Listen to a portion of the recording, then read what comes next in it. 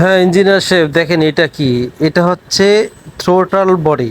FI ইঞ্জিনের ক্ষেত্রে এই থ্রোটল বডি ব্যবহার করা হয় যেখানে টিপিএস সেন্সর বা অন্যান্য সেন্সর থাকে।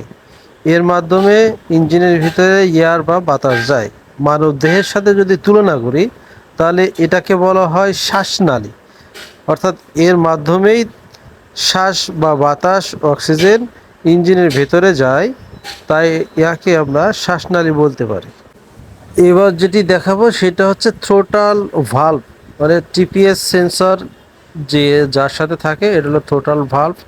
এই থ্রোটাল ভাল্ভ দিয়ে কী করা হয়, থ্রোটাল ভাল্ভ দিয়ে ইঞ্জিনের ভেতরে বাতাস যাওয়াকে নিয়ন্ত্রণ করা হয়। অর্থাৎ আমরা যখন মুখ দিয়ে নিঃশ্বাস নিই তখন মুখ দিয়ে নিঃশ্বাস নেওয়াকে বন্ধ করি, সাথে সাথে নাক দিয়ে নিঃশ্বাস নিই। তাই এই থ্রোটল ভালভে এমন যে ছেড়ে দিলে ইঞ্জিনের ভিতরে কোনো বাতাস যাবে না, আবার থ্রোটল ভালভ উঁচু করে ধরলেই অর্থাৎ এক্সেলেশন করলে ইঞ্জিনের ভিতরে বাতাস যায়। এখন মানবদেহের ক্ষেত্রে মানুষ মুখ বন্ধ করে বা গলার ভিতর থেকে নিঃশ্বাস নেওয়া বন্ধ করলেও নাক দিয়ে নিঃশ্বাস নেয়।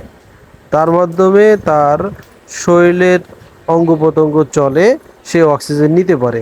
ইঞ্জিনের ক্ষেত্রে ঠিক সেম বিষয়টা, যেখানে থ্রোটল বডি বা থ্রোটল ভালভ বন্ধ হওয়ার পরে ইঞ্জিনের ভেতরে বাতাস যায় না, কিন্তু তারও একটি নাক আছে যার মাধ্যমে সে বাতাস নেয় এবং কি গাড়িকে আইডিয়াল স্টার্টে রাখে।